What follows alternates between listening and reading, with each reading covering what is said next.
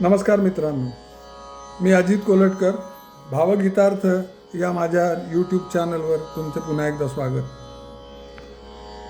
कवयित्री ललिता बापट, संगीतकार अशोक पत्की आणि गायक अजित कडकडे यांनी अजरामर केलेली एक उत्तम कलाकृती म्हणजे मैफिलीचे गीत माझे मैफिलीने ऐकिले.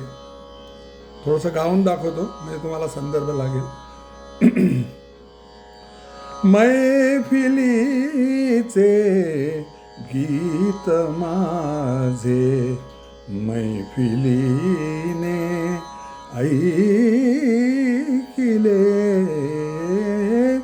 मैफिलीचे गीत माझे मैफिलीने ऐकिले,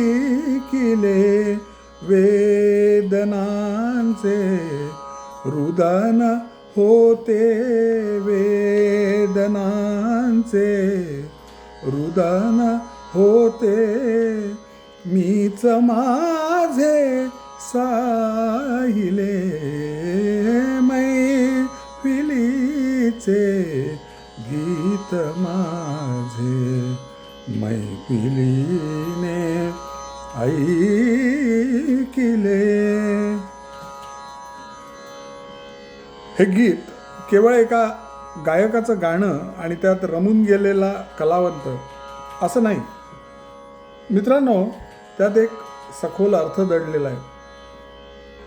आयुष्यातील बरे वाईट अनुभव, भावनांचे हिंदोळे, त्याच्या परमोच्च आकांक्षा, त्याची स्वप्न यांचा एक सुंदर कोलाज मांडला आहे कवयित्रीने इथे.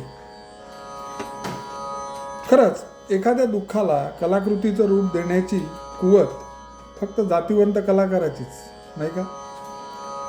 उरातल्या वेदनांचे रुदन सहन करून मैफिलीला त्याचे सुंदर रूप सादर करणे आणि श्रोत्यांची वाहवा मिळवणे हे केवळ अस्सल कलाकारच करू जाणे मित्रांनो. हा सर्व जीवन संघर्ष केवळ प्राक्तनाने म्हणजेच नशिबाने संबद्ध आहे हे माहिती असताना सुद्धा आपण वासनांनी लिप्त होऊन जगातील क्षणभंगूर सुखदुःख माणसाच्या पदरात येतात आणि त्यानेच तो जीव लिप्त असतो अगदी मरेपर्यंत.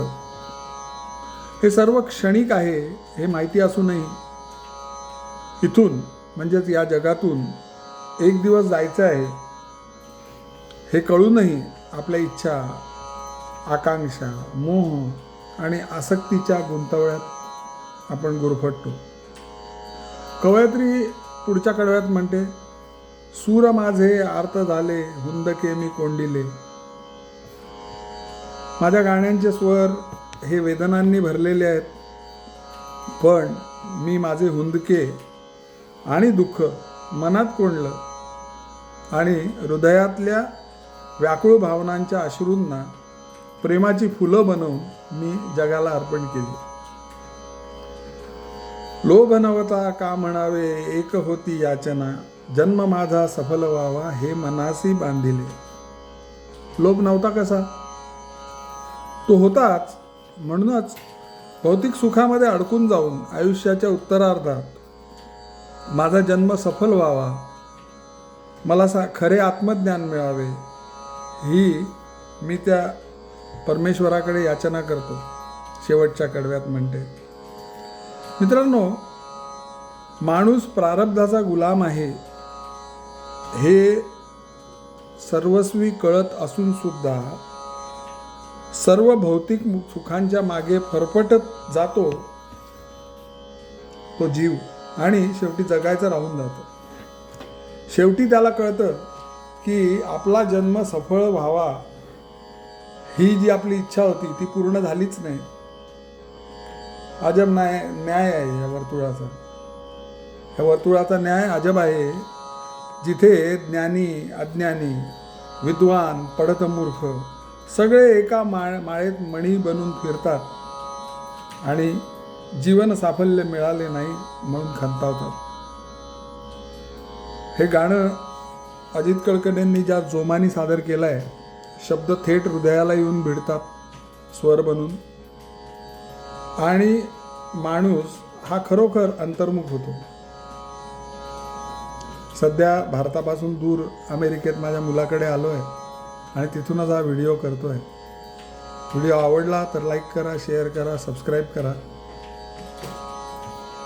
थांबतो. धन्यवाद.